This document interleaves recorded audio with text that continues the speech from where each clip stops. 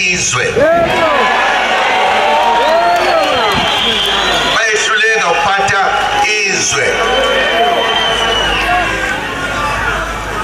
Indlu emnyama isahlupheka namanje. Ingane azikwazi ukuya esikoleni. Kodwa uhulumeni unayo imali yokuthi afundise ingane. Umsebenzi kahulumeni lowo. Ukuze ingane zifunde zikwazi ukwenza izinto. Zikwazi ukuthola umsebenzi nokwakha imisebenzi. Hayi ukuthi leyo nto ulindele ukuthi umuzi ohluphekayo uzokhuphula kanjani. Ngoba uhulumeni ufanele ukuthi enze izinto